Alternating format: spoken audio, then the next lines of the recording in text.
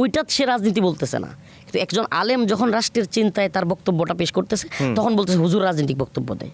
তো একজন রাজনৈতিক ব্যক্তি ইসলামিক মাহফিলে গিয়ে ভোট চাইতে পারে, তো একজন রাষ্ট্রের নাগরিক হিসেবে একজন আলেম তার বক্তব্যটা সে কি চায় এটা কি সে বলতে পারবে না?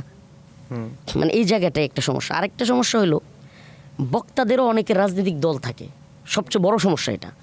বক্তাদের রাজনৈতিক দল হওয়ার কারণে নির্দিষ্ট মানে ইসলামের জন্য, মানবতার জন্য বা জাতির জন্য কথা না বইলা, কাজ না কইরা নিজের দলীয় এজেন্ডা বাস্তবায়ন করার চেষ্টা করে। এই জায়গায় তখন হয় কি, যেমন বিএনপির তো আর বক্তা নাই, বিএনপি তো আর যেহেতু ইসলামিক দল না, জামাতে ইসলামের ইসলামিক অনেক বক্তা আছে, পপুলার বক্তা আছে।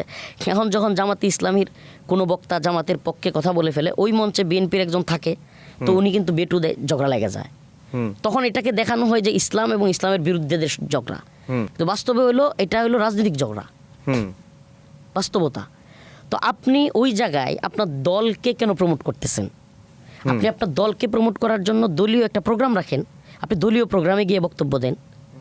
তো ইশারায় হোক কেনাই হোক, আপনি যে কোনোভাবে, হাত দিয়ে খেলাম না চামচ দিয়ে খেলাম, আপনি সিস্টেমে হোক, আপনি যখন আপনার দলীয় এজেন্ডা বাস্তবায়ন করবেন, পাশে বসে থাকা প্রত্যেক এই অন্য দলের রাজনীতিক ব্যক্তি এরা কিন্তু মানে সবার মাথায় গোবর না, কিছু বুঝে।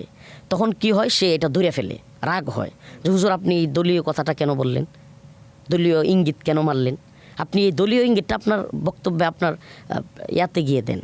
এই তখন একটা ঝগড়ার পরিবেশ এটা থেকে বের হয়ে আসার